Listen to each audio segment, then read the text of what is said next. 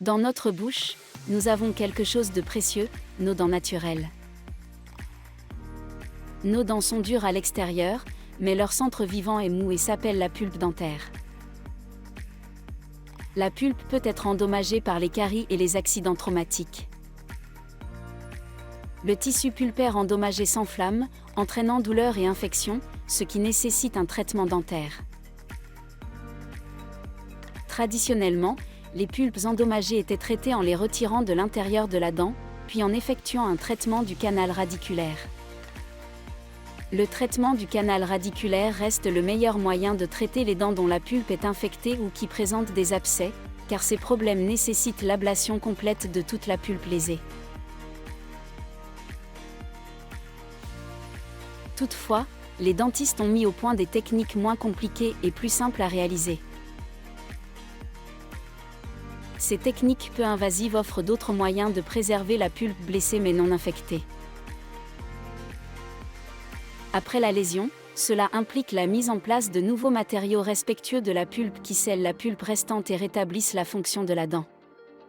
Ces techniques conservatrices sont appelées soins de préservation pulpaire et sont particulièrement importantes pour les jeunes dents immatures endommagées. Une asepsie rigoureuse est essentielle lors de la réalisation de ces traitements. Ces soins de préservation pulpaire visent à soulager la douleur et à préserver la santé de la pulpe.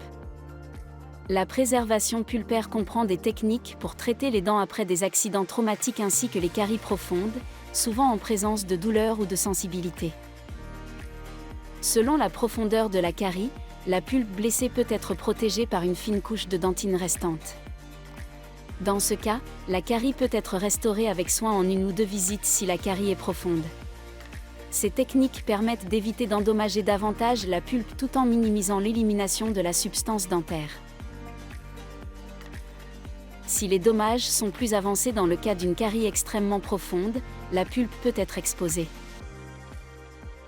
Dans ce cas, la pulpe peut encore être préservée. En utilisant un bon éclairage, un grossissement et une technique minutieuse, la pulpe peut être protégée et recouverte d'un matériau de scellement qui favorise la réparation et la régénération. Il est également possible d'enlever une petite partie de la pulpe endommagée lors d'une pulpotomie avant de procéder à la restauration avec un matériau respectueux de la pulpe. Tous ces soins de préservation pulpaire sont reproductibles, peu invasifs et efficaces pour préserver la santé de la pulpe et de la dent. Parfois, le traitement de la pulpe vitale ne fonctionne pas, mais la dent peut toujours être conservée par un traitement de canal.